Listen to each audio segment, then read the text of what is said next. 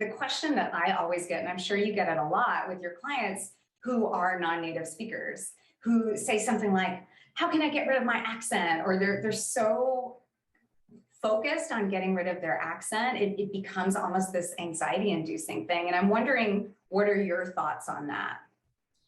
I always encourage my non-native English speakers, especially because I've done a lot of international work. It's not, the goal is not, I don't think it should be to get rid of an accent. Accents Right. are so beautiful. They just allow people to know that, hey, you are at least bilingual, probably multilingual, but there are things that we can do when we are presenting in our non-native language to allow ourselves to be more clearer when it comes Mm-hmm. to being able to hear us. So Mm-hmm. honestly, it ends up being specific things that they can do. For example, I was doing a workshop in Paris, and all of the participants were native French speakers, Mm-hmm. and they were speaking so quickly in English Yeah. and kind of at a lower tone, probably pretty similarly to how they would speak in French. Quickly Mm-hmm. and at a low, almost whisper, just a little touch above a whisper. And I said, we're going to have to do some changes so that we can be more effective when we're communicating cross-culturally with your global organization. So what I've noticed, whether someone is a native French speaker, native Spanish speaker, whatever language that is the native tongue, there's two things that I always tell people to consider. And that is to speak louder.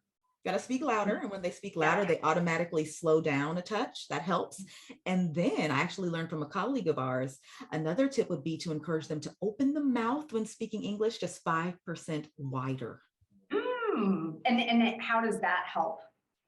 It automatically allows much more enunciating to come through. So for Mhm. people of varying backgrounds, it just makes it clear universally while allowing that natural, beautiful accent to come through, Yeah. but at a higher volume. Right, right.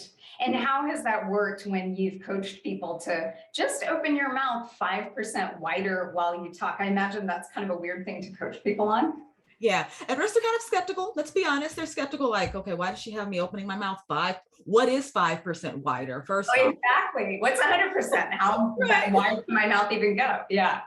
And so I have them try it. And then, of course, we have to record them and play it back. And they're amazed at the difference the small tweak makes in allowing us to hear the fullness of their voice.